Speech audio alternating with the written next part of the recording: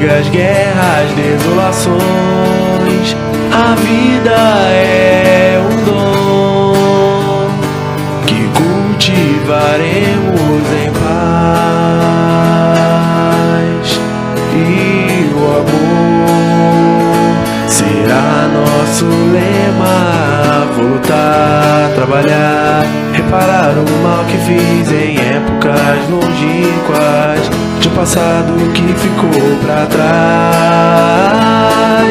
Nada mais vai frear a vontade de alterar os rumos dessa estrada, conduzir-nos todos ao amor, e a paz será nosso lema. A vida é bem melhor quando olhamos pra dentro de nossos corações, trazendo o perdão e a esperança, compreensão será nosso lema.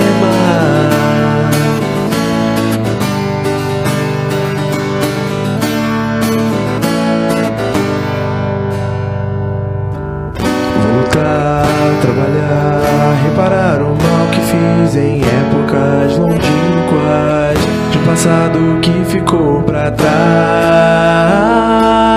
Nada mais vai frear a vontade de alterar os rumos dessa estrada, conduzir-nos todos ao amor. Vou lutar, trabalhar, reparar o mal que fiz em épocas longínquas, de um passado que ficou pra trás. Nada mais vai frear a vontade de alterar os rumos dessa estrada, conduzir-nos todos ao amor, e a paz será nosso lema. Será nosso lema. A paz será nosso lema.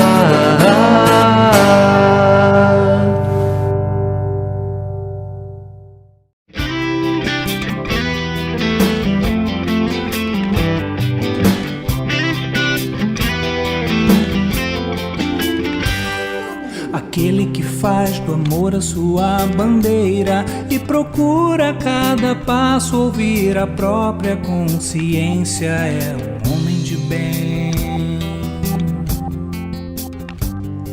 Aquele que tem na fé sua escuderia e acredita no futuro, busca dons mais verdadeiros, é um homem de bem. Faz o bem pelo bem, que perdoa, estende a mão, luta por um mundo melhor e agradece o sal de cada dia. Feliz de quem faz da humildade o seu guia e se esforça contra vícios e fraquezas, na certeza de ser homem de bem.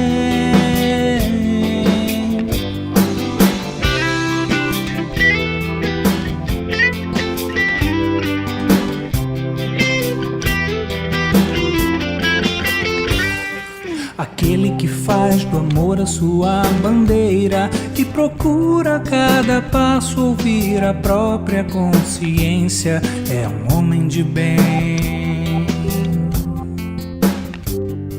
Aquele que tem na fé sua escuderia e acredita no futuro, busca dons mais verdadeiros, é um homem de bem. Faz o bem pelo bem, que perdoa e estende a mão, luta por um mundo melhor e agradece o sal de cada dia.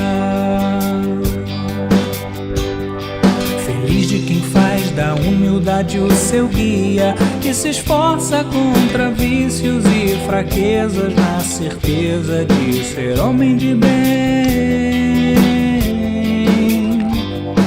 Aquele que faz do amor a sua bandeira, aquele que tem na fé sua escuderia, feliz de quem faz da humildade o seu guia, é um homem de bem, homem de bem, é um homem de bem, homem de bem.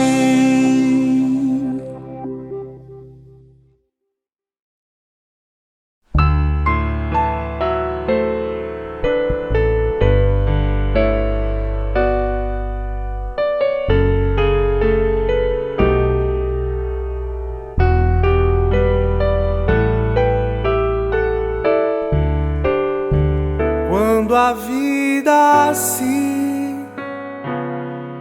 mostra um lugar de luta e dor, é que há nos céus mãos a trabalhar, lapidando o tempo do amor. Se a incerteza então vier, busca a luz da oração, revigora o teu cântico de fé e acerena o teu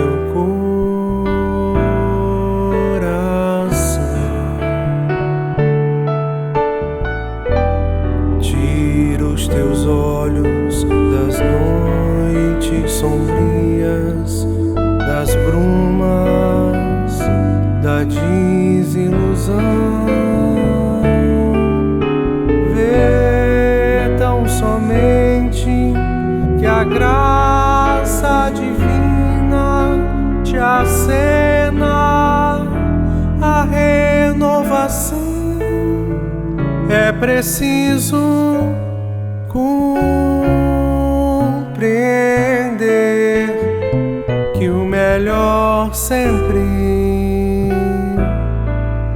se dá. Confie e segue sem esmorecer, e o que Deus escrever será.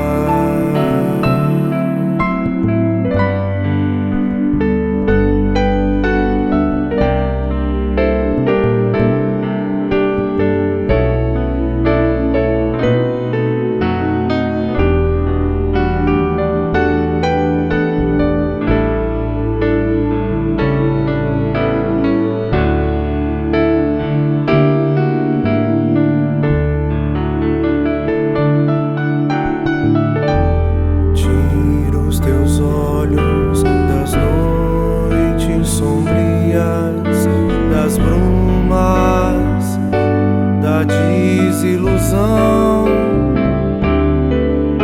vê tão somente que a graça divina te acena a renovação. É preciso compreender que o melhor sempre se dá. Confie e segue sem esmorecer, e o que Deus escrever será. O melhor sempre se dá, e o que Deus escrever será.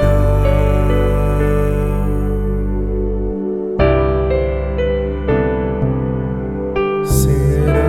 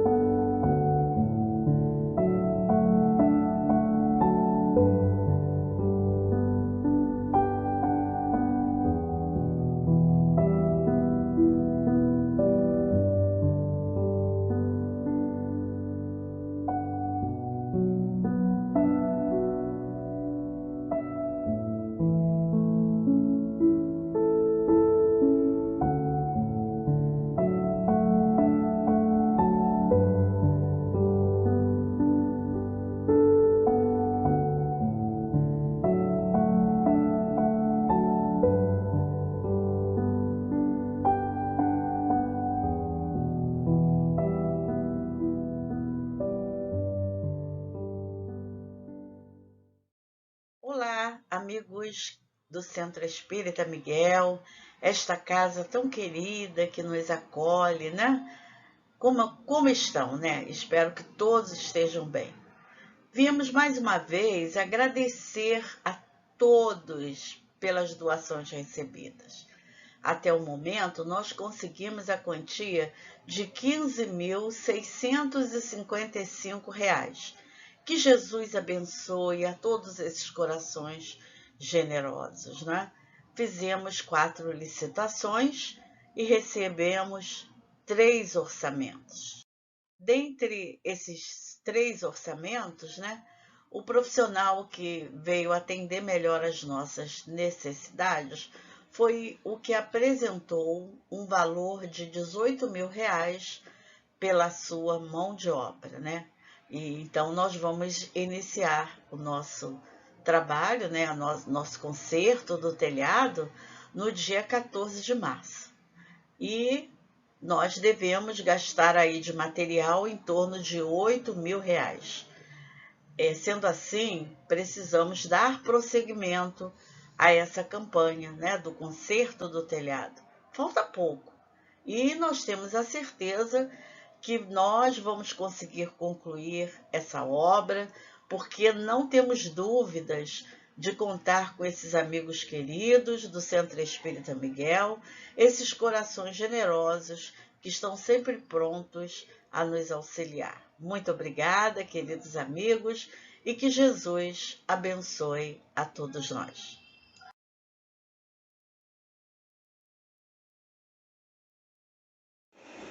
Olá, boa tarde para todos. Sejam muito bem-vindos ao nosso canal do YouTube, acompanhando a nossa Casa de Miguel, com mais as reflexões da tarde de hoje através da reunião pública. É um prazer tê-los conosco e os que chegam a primeira vez, sejam muito bem-vindos. Que Jesus abençoe a cada um de nós. Hoje nós teremos 2 estudos bastante interessantes, como sempre. E teremos a nossa companheira Cristina Borghesani, que vai trazer as reflexões do Livro dos Espíritos, na questão 141 a 146. E no capítulo 2, ela vai dar continuidade na parte da alma. E teremos também a nossa companheira Maria Marcília, falando sobre as notícias históricas, faz parte da introdução do Evangelho. E ela vai trazer para nós algumas reflexões, alguns ensinamentos a respeito dos samaritanos e nazarenos. Dizer a vocês que a nossa reunião pública começa sempre às quintas-feiras, às 14h15, sendo às sextas-feiras, às 20 horas, e domingo você também pode assistir a reunião pública às 9 horas da manhã.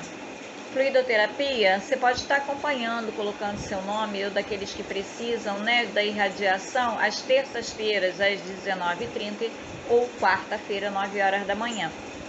Temos também a prece da saudade acontecendo sempre às quintas-feiras, às 19h30. Você também pode estar colocando o nome dos entes queridos que já não fazem mais presença física entre nós, mas a presença espiritual.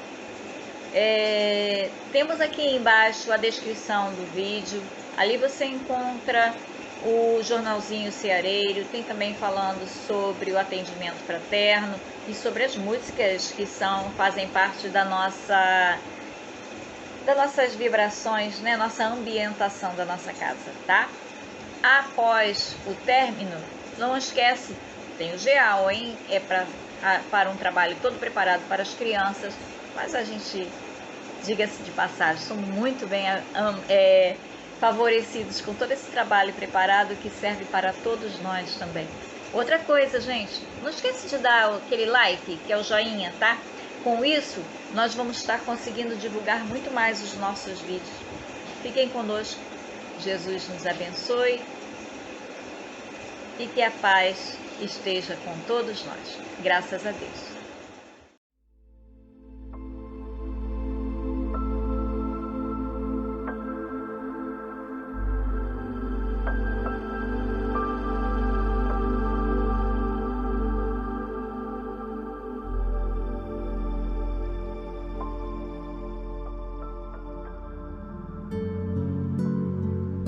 Do livro Caminho, Verdade e Vida, psicografia de Francisco Cândido Xavier, pelo Espírito Emmanuel.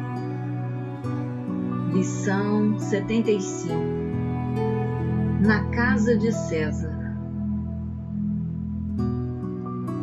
Todos os santos vos saúdam, mas principalmente os que são da casa de César.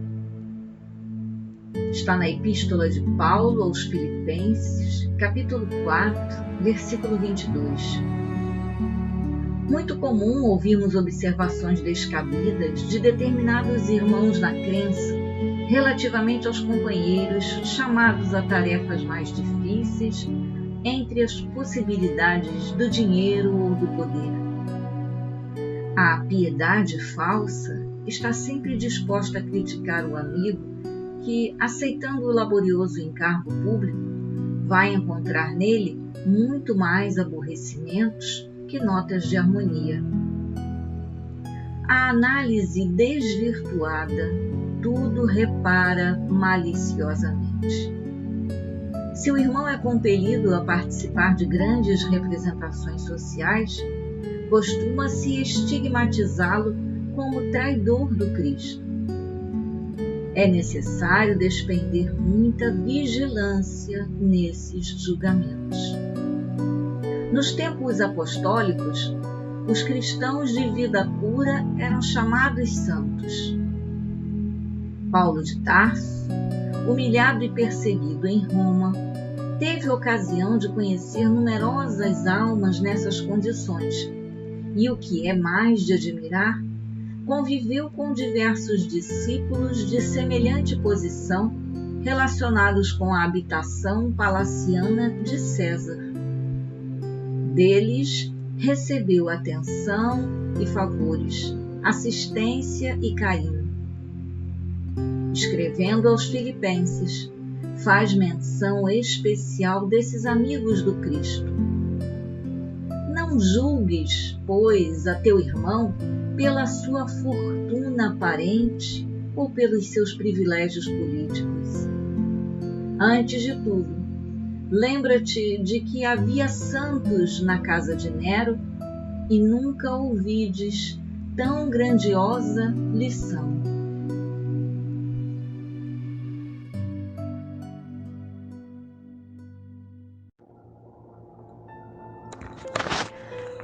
Nessa hora tão feliz de nossa reunião semanal, que nesses minutos de comunhão e sintonia com tantos amigos queridos, vamos juntos elevar nossos pensamentos aos espíritos do bem que nos guiam e nos orientam, ao nosso Pai Celestial, ao nosso Mestre Jesus, agradecendo por tantas bênçãos em nossas vidas.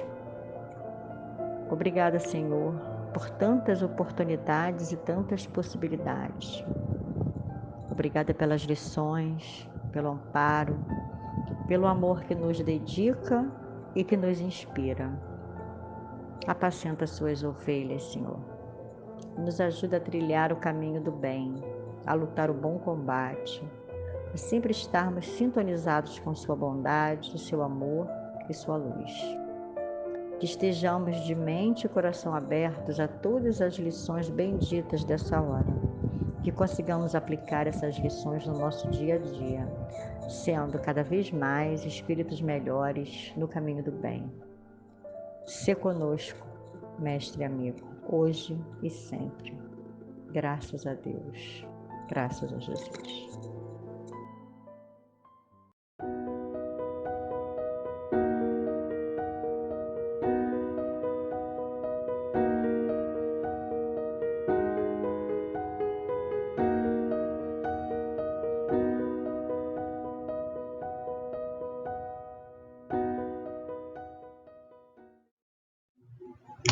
Boa tarde, amigos. Eu sou Cristina, uma trabalhadora da Casa de Miguel.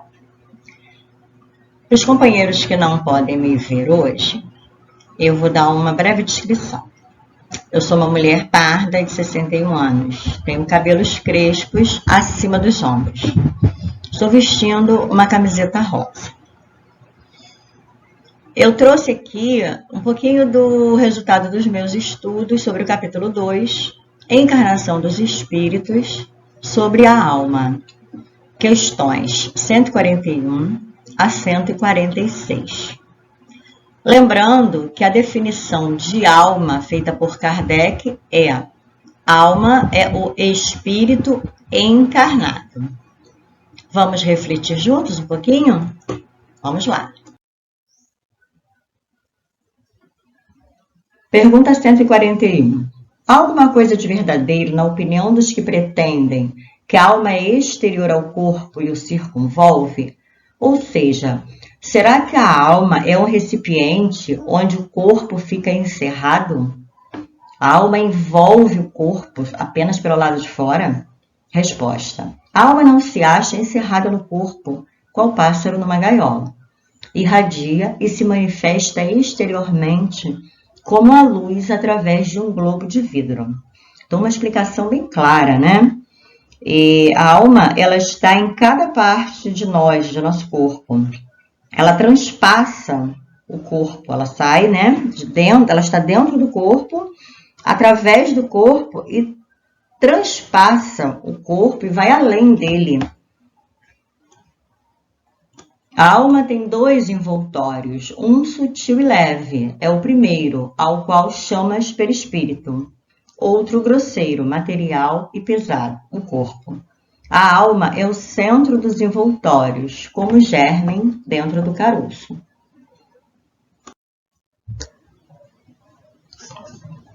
Pergunta 142. O que dizeis dessa outra teoria, segundo a qual a alma numa criança vai se completando a cada período da vida? Resposta. O espírito é uno e está todo na criança, como no adulto. Ou seja, o espírito ele não vai se desenvolver fisicamente para que se complete. Ele já encarna completo no corpo carnal da criança, do recém-nascido. Os órgãos ou instrumentos das manifestações da alma, ou seja, o nosso corpo carnal, é que se desenvolve e completam. Ainda aí tomam o efeito pela causa, ou seja, acontece aí uma confusão, como o corpo do recém-nascido é que vai evoluindo fisicamente, vai crescendo, cresce cabelo, né? Então, acaba acontecendo, por vezes, uma confusão de que o espírito também estaria sofrendo essa completude, este crescimento físico. Na verdade, o espírito, ele encarnado, vai se aprimorando moralmente, vai evoluindo moralmente apenas. Ele já encarna completo.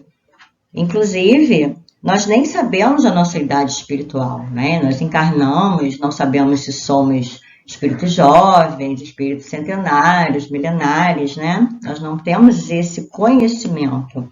Podemos, inclusive, ser espíritos mais jovens do que nossos filhos, do que o espírito dos nossos netos.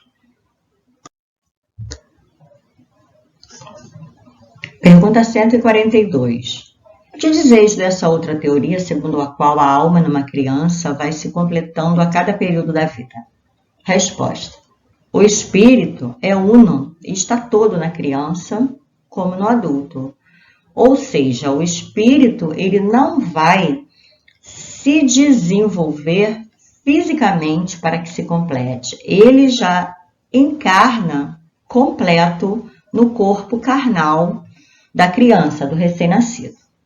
Os órgãos ou instrumentos das manifestações da alma, ou seja, o nosso corpo carnal, é que se desenvolve e completam. Ainda aí tomam o efeito pela causa, ou seja, acontece aí uma confusão, como o corpo do recém-nascido é que vai evoluindo fisicamente, vai crescendo, cresce cabelo, né?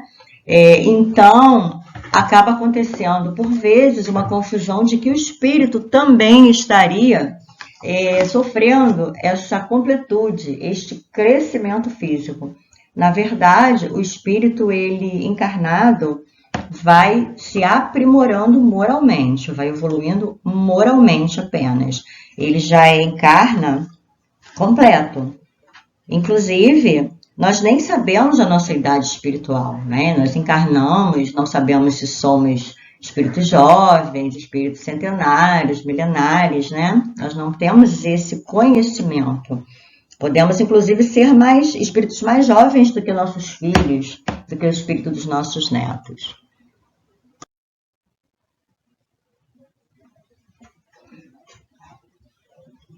Essa ilustração é um trecho que a gente pode assistir num vídeo chamado A Reencarnação de Segismundo, que é muito interessante, mostra as várias etapas de uma reencarnação. Esse trecho aqui, ele retrata a forma do perispírito se adequando ao novo corpo em que ele vai reencarnar.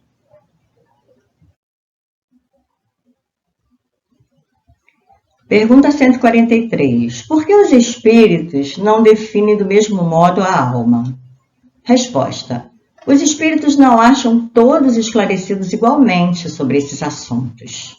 Também há espíritos pseudo-sábios, né? Ou seja, fingem, né, ter conhecimentos que não têm, divulgam informações que não conhecem. Esses pseudo-sábios fazem alarde de palavras para se imporem, como ainda sucede entre vós, né? Aquelas pessoas que usam palavras bonitas, trazem informações falsas porque querem se impor, querem parecer, né, mais do que na verdade são. Depois, os próprios espíritos esclarecidos podem exprimir-se em termos diferentes, cujo valor, entretanto, é substancialmente o mesmo, sobretudo quando se trata de coisas que a vossa linguagem se mostra impotente para traduzir com clareza. Recorrem, então, a figuras, a comparações que tomais como realidade.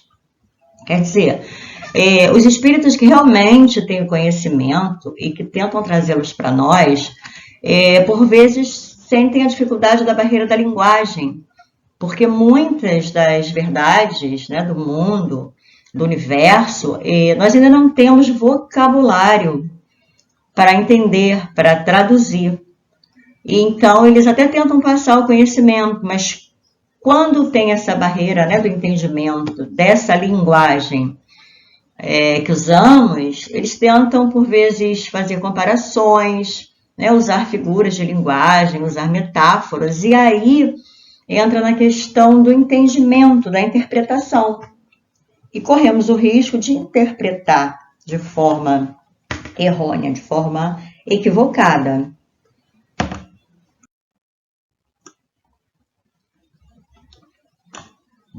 Pergunta 144. O que se deve entender por alma do mundo? Resposta. O princípio universal da vida e da inteligência, do qual nascem as individualidades. E aqui eu trouxe um comentário de Miramês, da coleção de livros Filosofia Espírita, onde ele faz vários comentários, né, maravilhosos sobre o Livro dos Espíritos, que nos ajudam bastante no entendimento dessa obra. Miramês nos diz: não podemos pensar que existe alguma coisa no universo sem a proteção do Criador. Tudo está sendo vigiado dentro da justiça sob a égide do amor. Se quiseres, podes dizer que a alma do mundo é o fluido universal que a tudo interpenetra com a maior facilidade, desde o átomo até os mundos e desses a toda a criação interminável de Deus. Ele sensibiliza a matéria para que essa obedeça à vontade espiritual de quem a comanda. Podemos chamar essa força energética do mundo de hálito divino.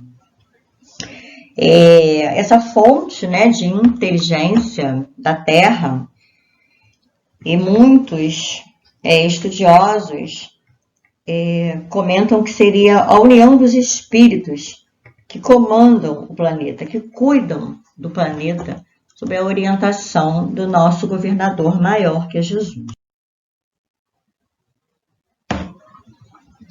Pergunta 145. Como se explica que tantos filósofos antigos e modernos, durante tão longo tempo, hajam discutido sobre a ciência psicológica e não tenham chegado ao conhecimento da verdade?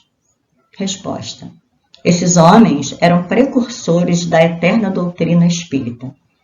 Prepararam os caminhos. Eram homens e, como tais, se enganaram, tomando suas próprias ideias pela luz. No entanto, mesmo os seus erros servem para realçar a verdade, mostrando o pró e o contra.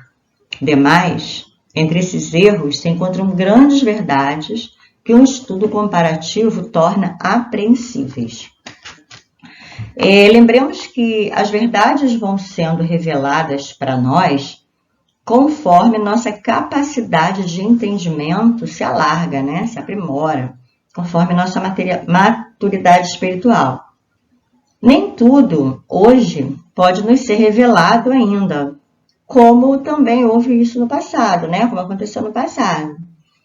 Para certos fatos, para certas verdades, nós nem sequer temos palavras que as traduzam.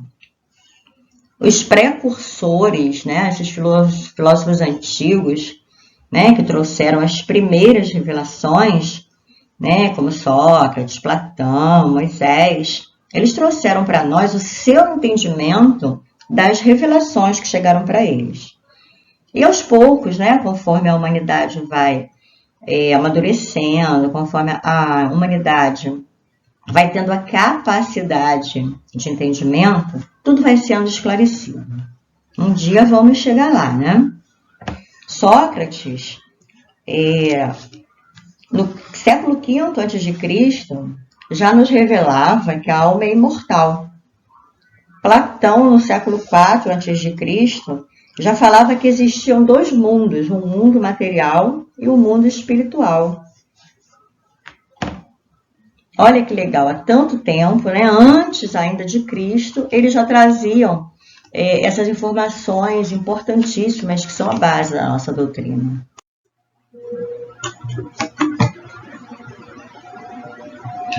Na pergunta 146, Kardec pergunta aos espíritos: a alma tem no corpo sede determinada e circunscrita?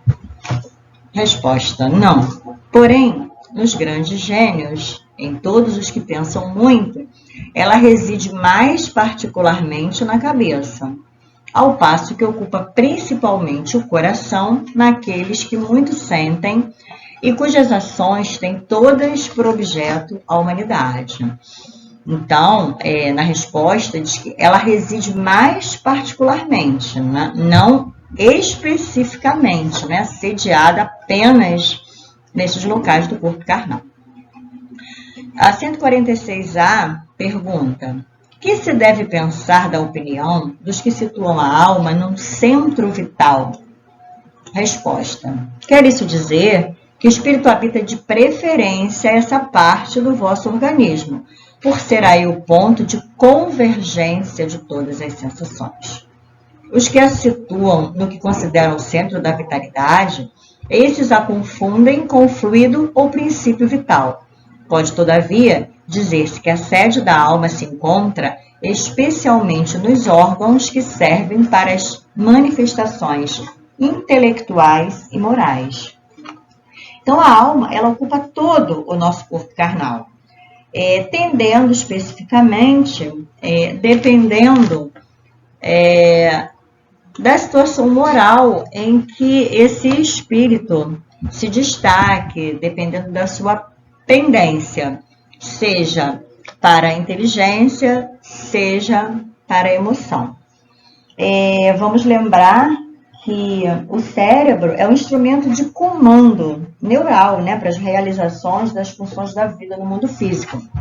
Então, como a alma é quem manifesta as vontades que são executadas pelo corpo, com certeza por aí passa, né, grande parte da alma para que nós consigamos executar essas vontades espirituais.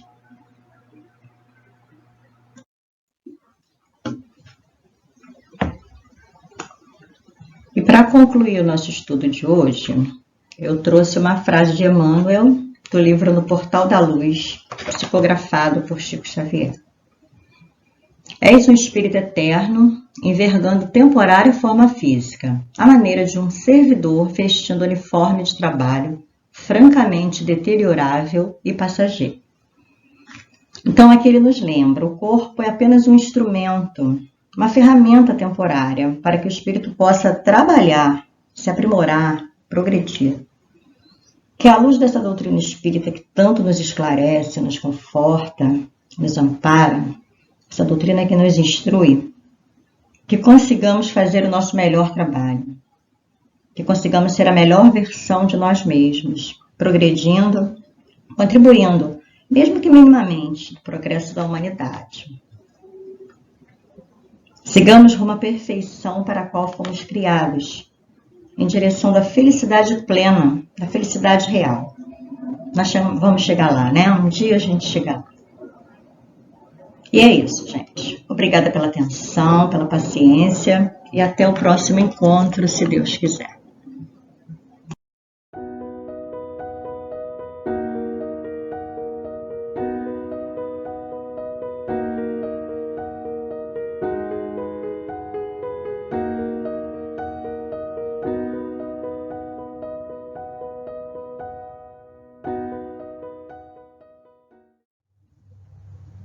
Olá, boa tarde, amigos queridos, tudo bem com vocês?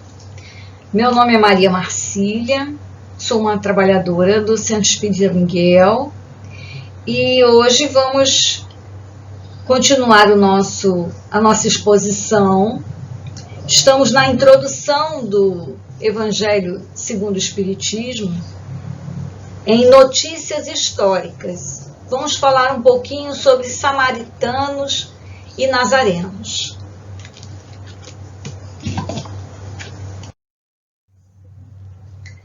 Esse item 3, que Kardec chama de notícias históricas, ele começa assim: para melhor compreender certas passagens dos evangelhos, é necessário conhecer o valor de várias palavras que neles são frequentemente empregadas e que caracterizam o estado dos costumes da sociedade judia daquela época.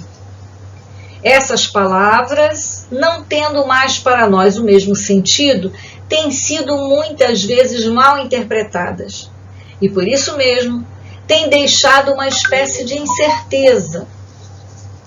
O entendimento de sua significação explica, por outro lado, o sentido verdadeiro de certas máximas, certos ensinamentos que parecem estranhas num primeiro contato.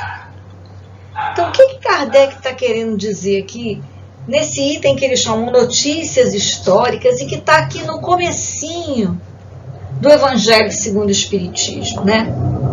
Kardec está aqui nos fazendo um incentivo para a gente mergulhar no sentido real das palavras, para não fazermos interpretações equivocadas.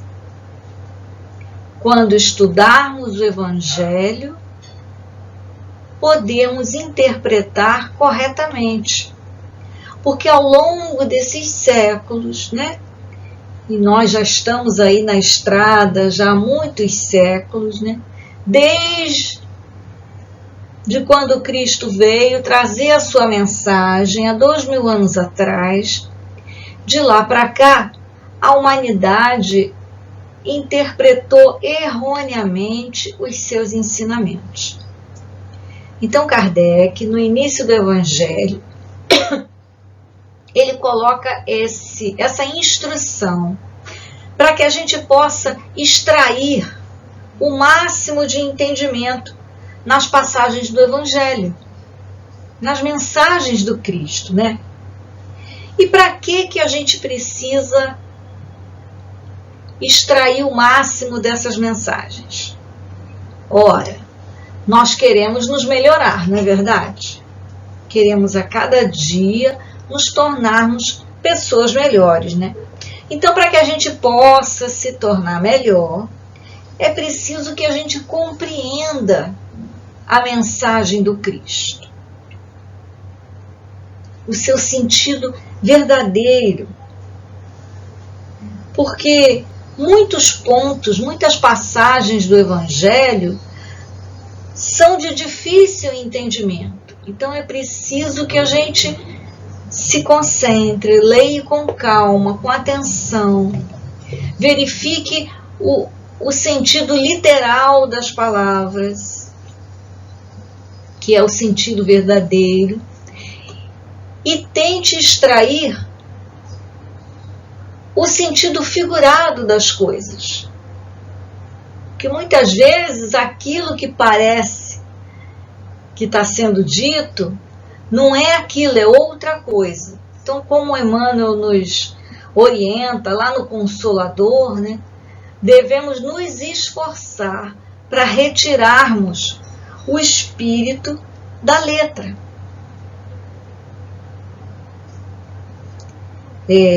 Por isso Kardec coloca isso aqui bem no comecinho do estudo do Evangelho segundo o Espiritismo.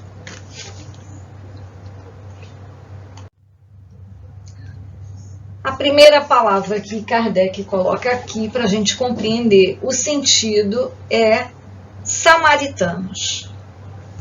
Samaritanos eram habitantes da Samaria, né?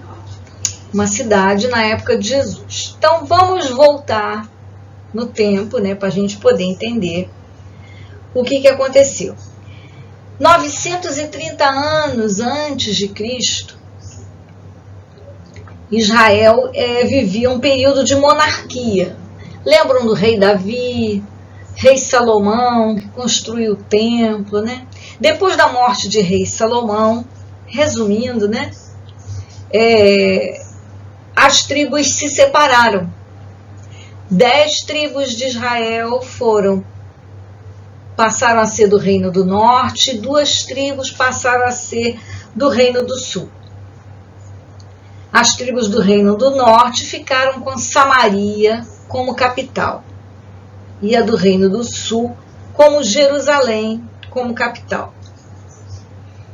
Acontece que a Samaria ela foi invadida e conquistada pelos assírios.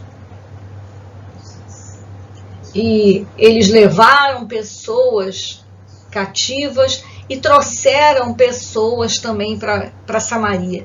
Então houve essa mistura de povos, de costumes, de crenças.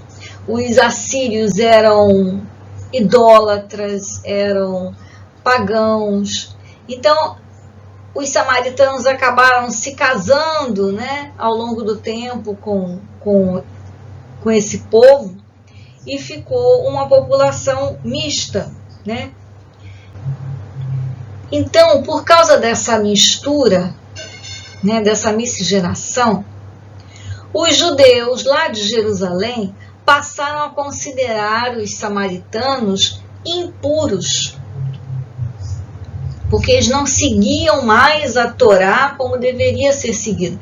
Embora os samaritanos seguissem o Pentateuco somente, né, com exclusão de alguns livros, mas para eles não terem que ir nas festas, né, nas peregrinações, ir até o templo que ficava em Jerusalém, eles construíram seu próprio templo na Samaria. Então eles não precisavam ir até lá.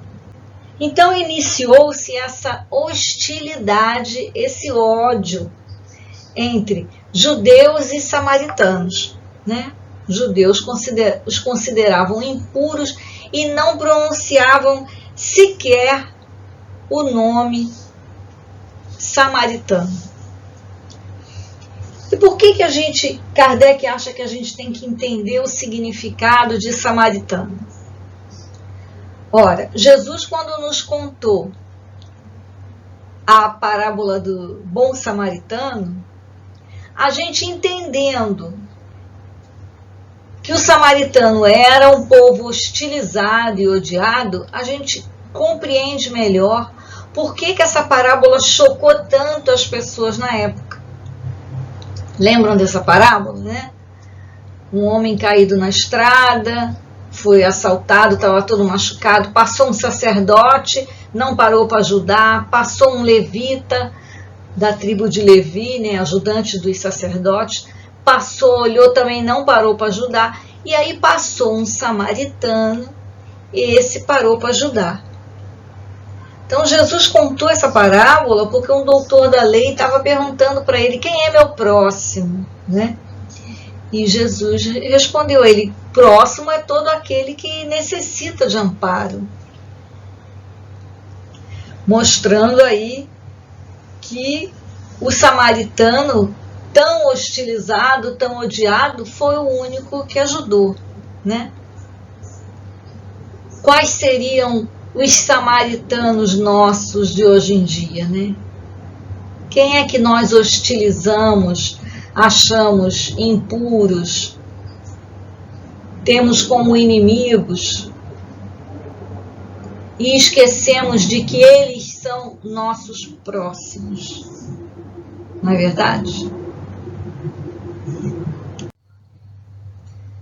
Então, aqui no Evangelho segundo o Espiritismo, Kardec colocou o seguinte texto referente aos samaritanos.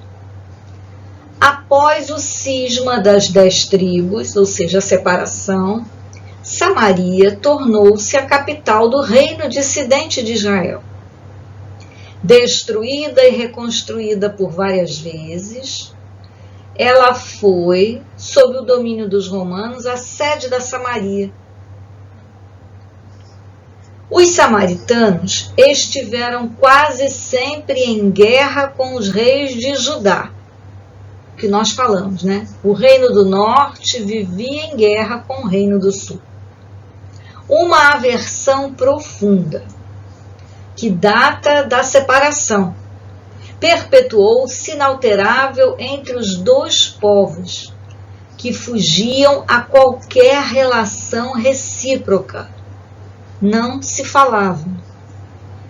Os samaritanos, para tornar essa separação mais profunda e não ter de vir a Jerusalém para a celebração das festas religiosas, construíram um templo particular e adotaram certas reformas. Admitiam somente o Pentateuco, contendo a lei de Moisés, e rejeitavam todos os livros que depois foram anexados. Então, havia também aí uma discordância religiosa, né? Aos olhos dos judeus ortodoxos, eles eram heréticos e, por isso mesmo, desprezados e perseguidos. O antagonismo das duas nações tinha como único princípio a divergência de opiniões religiosas, embora suas crenças tivessem a mesma origem. Quer dizer, samaritanos e judeus, que no fundo eram todos judeus, eram monoteístas, acreditavam no mesmo Deus, tinham o mesmo Pentateuco, né, os 5 livros de Moisés, mas tinham interpretações diferentes. Ainda hoje encontram-se samaritanos em algumas regiões do Oriente. Observam a lei de Moisés com mais rigor que os outros judeus e só se casam entre si. Quer dizer, ainda permanece, né, essa rixa. A outra palavra que Kardec coloca aqui é nazarenos. Vamos ver o que ele diz. Nome dado na antiga lei aos judeus que faziam voto, seja por toda a vida, seja por um tempo, de conservar uma pureza perfeita. Engajavam-se na castidade, na abstinência de bebidas alcoólicas e na conservação de sua cabeleira. Sansão, Samuel e João Batista eram nazarenos. Mais tarde, os judeus deram esse nome aos primeiros cristãos por alusão a Jesus de Nazaré. Então, esse voto de castidade, essa consagração podia ser feita até ainda na barriga da mãe, né? Os pais iam no templo e consagravam o filho ao voto de Nazareno. E tem essas figuras aí que nós conhecemos, Sansão, né? O famoso Sansão e Dalila do Antigo Testamento, Samuel, o último dos juízes, e João Batista, primo de Jesus, né? Que batizava no Rio Jordão, eram nazarenos. E mais tarde os judeus deram esse nome aos primeiros cristãos por alusão a Jesus de Nazaré, porque Jesus passou a sua infância na cidade de Nazaré. Então ele era chamado de Nazareno.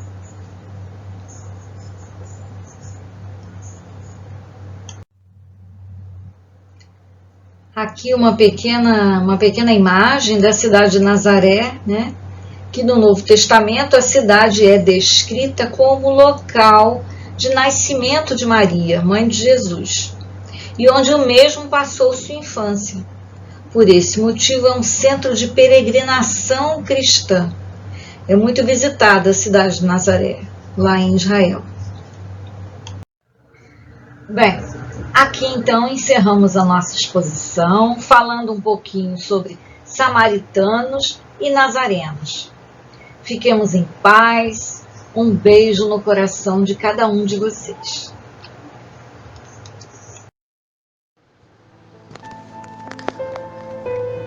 Querido Mestre Jesus, governador espiritual do nosso orbe,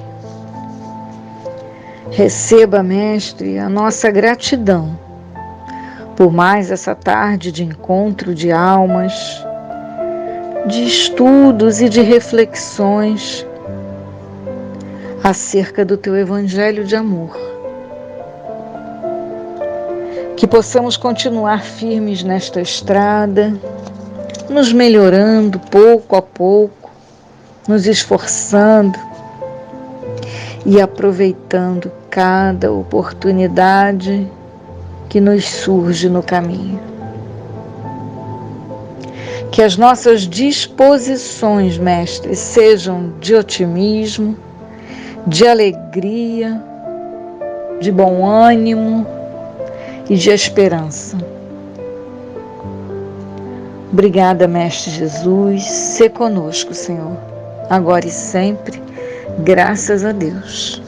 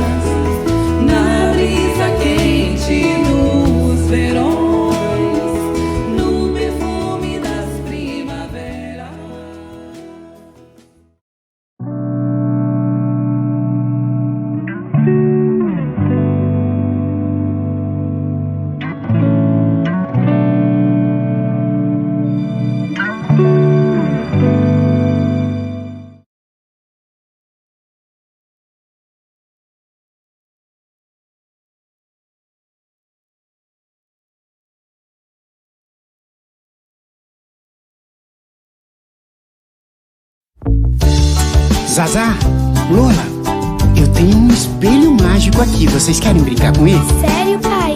Um espelho mágico? Eu quero brincar disso. Vamos brincar de olhar pro espelho e ver o que ele diz para você. Mas esse espelho é diferente, também revela o que está dentro da gente. O que você descobriria?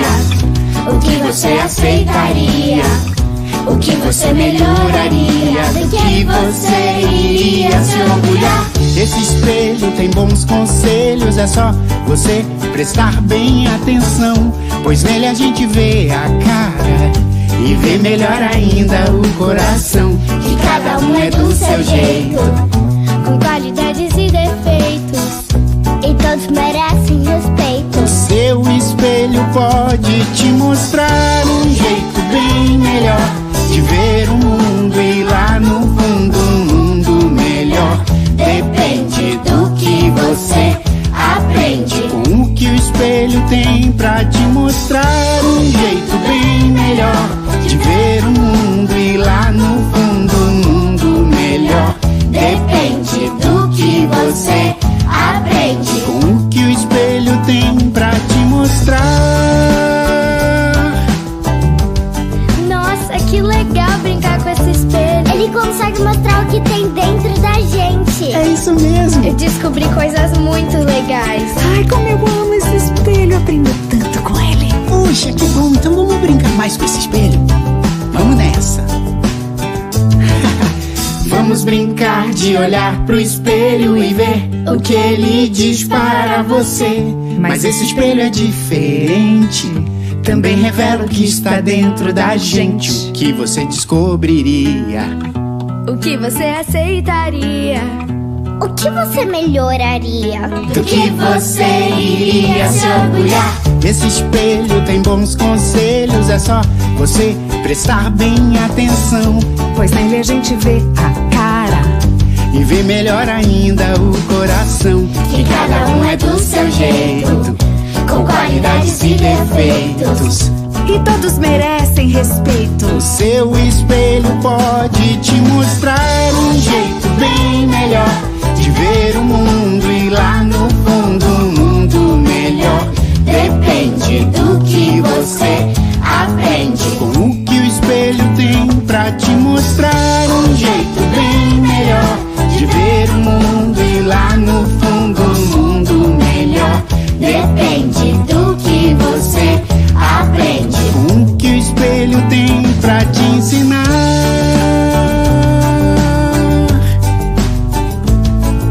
Espelho, espelho meu, disse pra mim, cada um é do seu jeito e é perfeito que isso seja sempre assim. Espelho meu, disse pra mim, cada um é do seu jeito e é perfeito que isso seja sempre assim.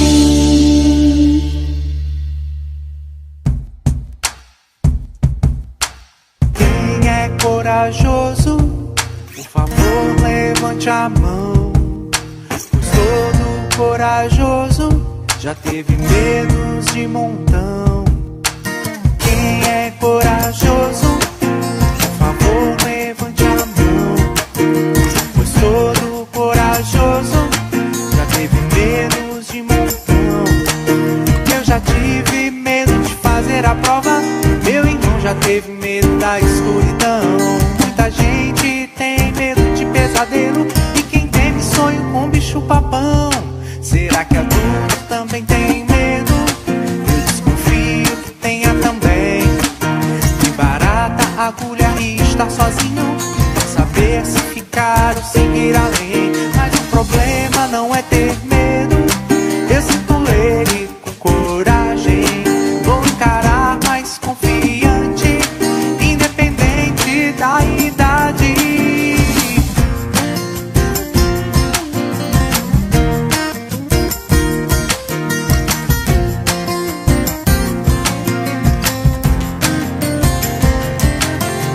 Quem é corajoso, por favor, levante a mão. Pois todo corajoso já teve medo de montão. eu sinto ele com coragem. Vou encarar mais confiante, independente da idade. Quem é corajoso, por favor, levante a mão. Vou na canção que traz coragem, guardada no meu coração, no coração. Fecho os meus olhinhos, faço uma oração. Este é meu jeitinho de falar com Deus, com o coraçãozinho cheio de gratidão. Este é meu jeitinho de falar com Deus. Peço com carinho, paz e proteção. Este é meu jeitinho de falar com Deus. Lembro do irmãozinho em dor e aflição. Este é meu jeitinho de falar com Deus.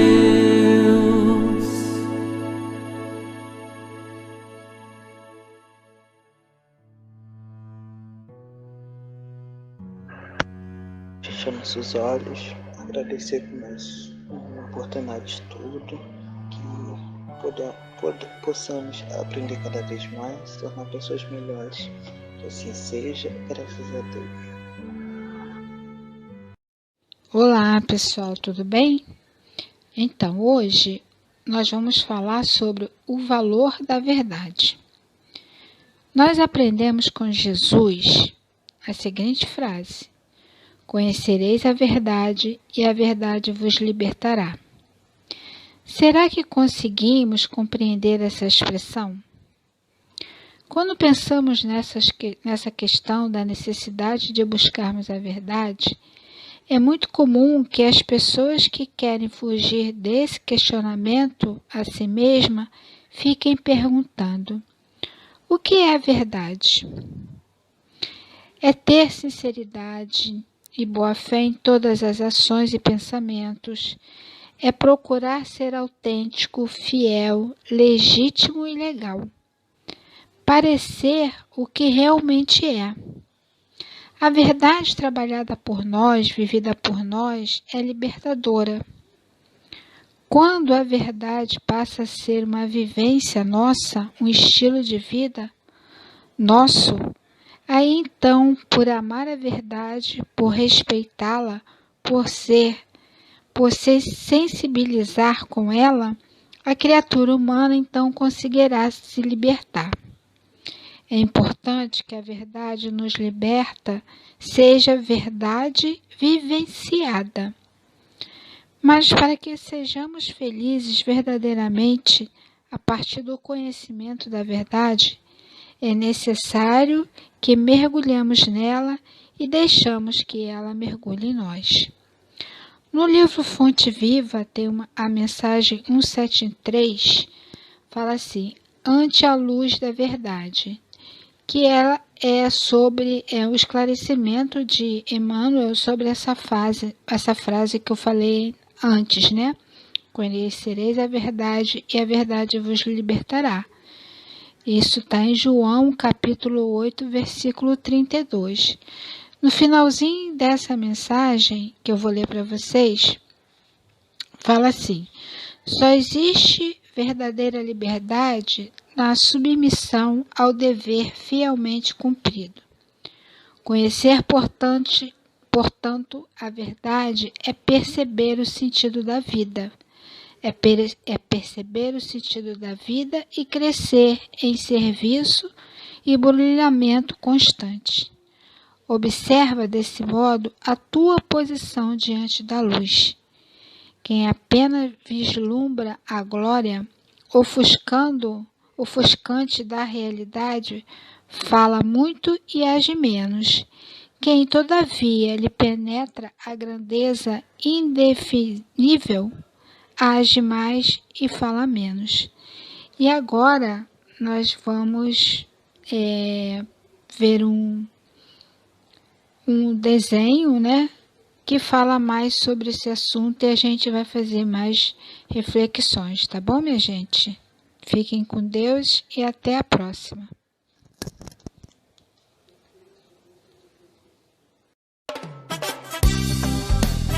Pedro e o Lobo.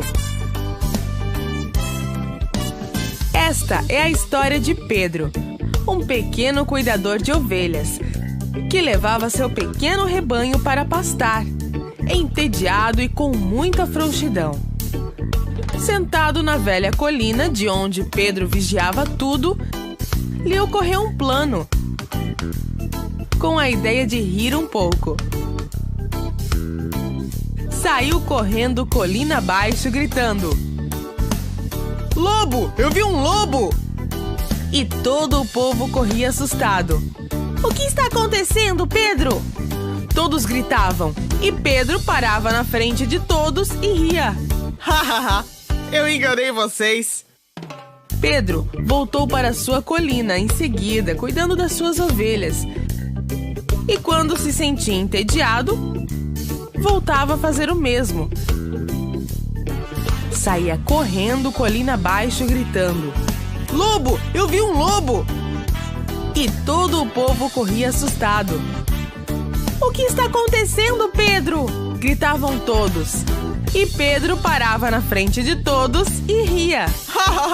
"Eu enganei vocês de novo!"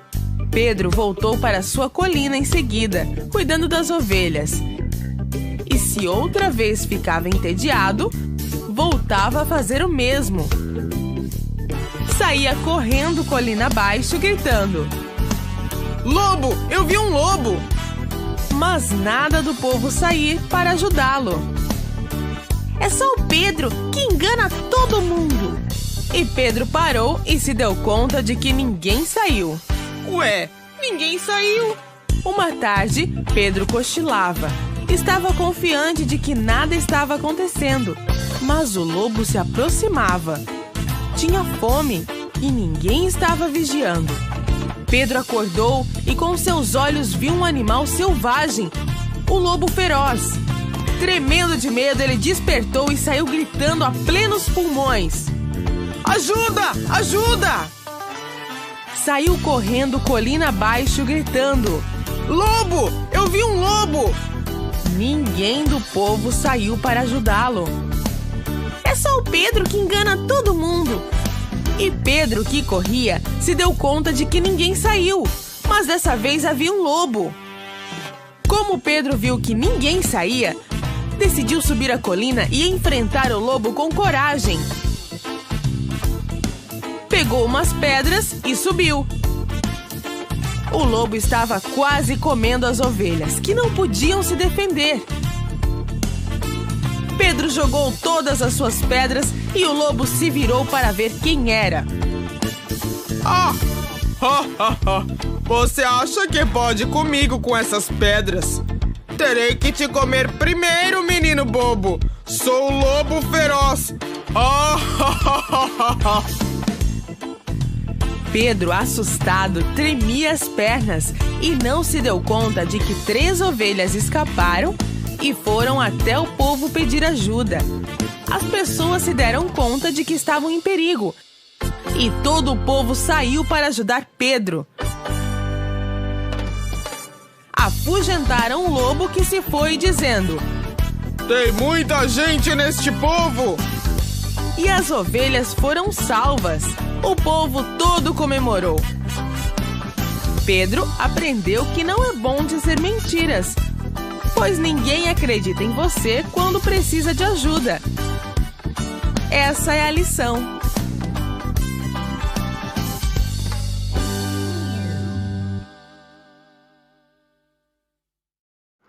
E aí, galerinha do Geal, gostaram da nossa história?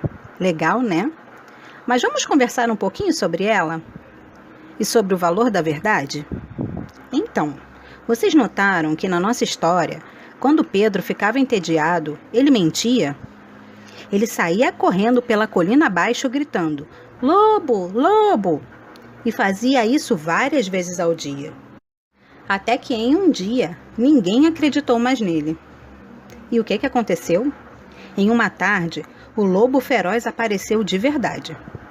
Pedro ficou assustado e correu para pedir ajuda. Mas ninguém acreditou nele, não foi? Porque depois de tantas mentiras, de tanta peça que ele pregou nas pessoas, ninguém mais acreditava em nada do que ele falava. E aí, ele mesmo teve que enfrentar o lobo sozinho. E acabou ficando em uma situação difícil, pois o lobo decidiu que ia comer ele também. Se não fossem as 3 ovelhas que ficaram com pena e correram ladeira abaixo para pedir ajuda, essa história teria acabado com um final muito triste. E aí, depois disso tudo, o que Pedro aprendeu? Que não é bom dizer mentiras, pois ninguém vai acreditar quando você precisar realmente da ajuda. Ou seja, a verdade é sempre a melhor escolha em nossa vida. A mentira, às vezes, pode até parecer a melhor saída, quando nós estivermos em uma situação em que não temos coragem de dizer a verdade. Mas pensem bem, ter coragem para assumir os próprios erros e falar a verdade, isso sim é uma coisa bem legal. A mentira também pode parecer algo divertido, sabe? Pregar uma peça num amigo, assim como Pedro fazia na história. Mas pensem bem, depois quando nós estivermos falando a verdade, ninguém vai mais acreditar na gente. E aí nós vamos passar vergonha, porque é chato passar por mentiroso, não é? Porque a pessoa que conta a mentira, mesmo que seja por brincadeira, acaba sendo desmascarada. E assim que a verdade for revelada, também acaba ficando sozinha, pois as pessoas que estarão perto dela vão acabar se afastando por duvidar de tudo que ela fala. Sabe por quê? É só a gente parar para pensar assim. Como eu me sentiria se estivesse no lugar da outra pessoa que eu estou brincando desse jeito? Que eu estou pregando essa peça? Se fosse comigo, se alguém estivesse me contando uma mentira, eu gostaria? Eu gostaria desse tipo de brincadeira comigo? Eu acho que não é verdade? Então nós aprendemos também que não é bom fazer com o outro aquilo que nós não queremos que façam conosco. Porque é chato ser enganado. Então, se nós não queremos que ninguém nos engane, nós não devemos querer enganar o outro também. Devemos sempre lembrar também que a verdade faz parte das leis de Deus. Assim, contar a verdade é proceder de acordo com o que Deus deseja para nós. Outra coisa, se nós dizemos que somos seguidores de Jesus, então devemos agir como Ele. Jesus sempre disse a verdade e nos incentivou a ter um coração puro, ou seja, sincero, acolhedor e bondoso, um coração que sempre conta a verdade. Quando nós falamos a verdade, também atraímos para perto de nós boas companhias, tanto encarnadas quanto desencarnadas, amigos de verdade. Enquanto quando mentimos, atraímos pessoas que se afinizam também com a mentira, tanto encarnados quanto desencarnados. Então, quem nós queremos perto de nós? Os bons espíritos e bons amigos? Ou os outros que gostam de mentir e enganar? Então vamos sempre lembrar que dizer a verdade é a melhor opção, em todos os casos. E que a pessoa que mente acaba ficando desacreditada e ninguém mais confiará nela. Então é isso, galerinha. Um beijo e vamos para a nossa atividade. Tchau, tchau. Oi, tudo bem? Eu sou a tia Deise e alguns já me conhecem, né? Vamos a mais um estudo e hoje o valor da verdade com a história Pedro e o Lobo. Pedro, vocês viram no vídeo, ele era um menino que cuidava das ovelhas, mas infelizmente era preguiçoso, né? E não gostava assim muito de trabalhar, estava sempre de má vontade com tudo. Embaixo da árvore, pensamentos ruins. Que pena, não é? E aí ele resolveu descer a colina correndo e gritando: "O lobo! O lobo! O lobo!" E as pessoas então foram ao encontro dele para ajudá-los, tentar salvar também as ovelhas. Quando chegaram perto, o que Pedro fez? Caiu na gargalhada. Poxa, isso muito feio fazer isso, muito, muito feio. E aí as pessoas ficaram chateadas. Pedro fez isso muitas vezes, ninguém mais acreditou. Por quê? Porque falar a verdade, ser sincero com o outro, né, como o Mestre Jesus nos ensinou, que seja o seu falar sim, sim, não, não. Lembram disso? Que nós já estudamos? Bom, então ninguém mais acreditou em Pedro, porque ele fez isso várias vezes. Mas um dia, o lobo apareceu de verdade, tanto que Pedro falou, né?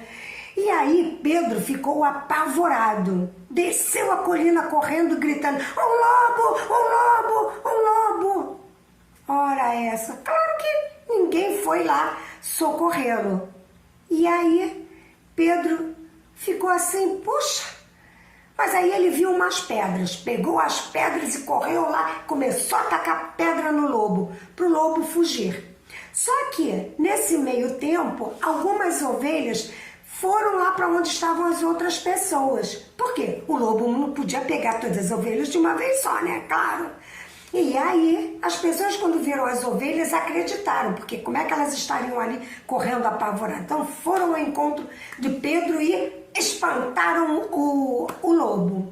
Bom, falar a verdade, ser honesto é uma coisa que a gente tem que fazer, né? Sem mentir, sem contar vantagem. A gente deve trabalhar, falar a verdade, respeitar o outro, respeitar o que é do outro, ser honesto. São escolhas que a gente deve fazer sempre. Por quê? Vocês viram que as ovelhas fugiram, né? Mas, por quê? Porque Pedro, com toda essa situação de mentira, ele não estava sendo honesto. E essa historinha nos ensina que devemos ser verdadeiros, que devemos ter sinceridade em nossas palavras e em nossas atitudes. Falar sempre a verdade não é uma opção, é alguma coisa que deve ser feita sempre. Por quê? Porque Deus, Ele deixa todas essas escolhas conosco. Ele não nos diz o que exatamente a gente deve fazer. As situações se apresentam e devemos ser honestos. É assim que crescemos e evoluímos. Bom, o Mestre Jesus também nos ensina: conhecereis a verdade e a verdade vos libertará. Então, para isso, você deve ser verdadeiro com o outro, para que essa verdade te liberte de maus pensamentos, de coisas ruins, né? De vícios, de imperfeições. Bom, vamos à nossa atividade? Você vai precisar de uma folha de papel de qualquer cor, cola ou durex, tesoura, canetinhas, giz de cera. O que você vai fazer? Todo mundo aqui, a maioria, já fez um leque para se abanar, não é? Aquele lequezinho que a gente faz assim, né? Vocês vão dobrar a folha, toda ela em sanfoninha. Toda ela. Depois vão recortar. Vou colocar aqui para vocês verem. Olha, essa daqui vocês vão dobrar assim, ó. Viu? Essa é uma metade, que será o corpinho. Vocês vão desenhar o Pedro. Não sei se eu falei isso para vocês. Olha o meu Pedro aqui pronto, ó. Olha só, que bonito. Estão vendo? Isso, todo mundo viu o meu Pedro. Da outra metade, depois que fizerem a sanfoninha, vocês vão cortar em 4 tiras. Corta ela. E depois vão, com um pedacinho qualquer de uma outra folha, um restinho, um cantinho de folha, vão fazer aqui, ó, a cabeça do Pedro. Opa! Cabeça do Pedro. Vocês vão pegar o corpo, a cabeça, cola, pega as perninhas e cola. Quem quiser, aqui ó, pinta para fazer o sapatinho. Tá vendo aqui? As 2 perninhas, ou cola ou passa durex. o bracinho, tá vendo? Quem quiser faz a mãozinha. E a outra mãozinha, outro bracinho, faz a mãozinha e tal, cola ou passa durex. E aí você vai ter o seu Pedro, que lembram que na história ele estava sempre assim, olha. Ele falava debochando dos outros, ele falou com o lobo, ele correu todo assim, ó, mamulengo. E aí eu espero que vocês tenham gostado da atividade, tá, ó? Até a próxima semana e eu espero que tudo sempre fique muito bem com todos nós.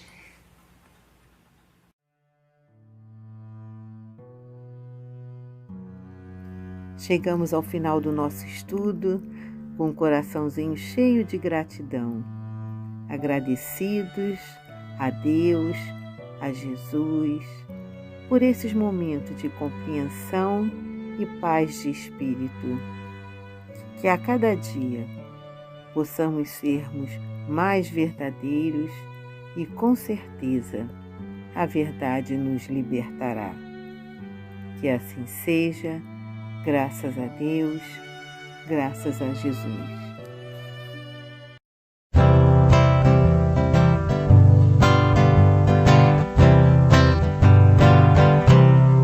Deus fez o arco-íris, fez o arrebol. Deus criou o dia junto com o sol. Deus criou a lua pra brilhar e as estrelinhas pra piscar.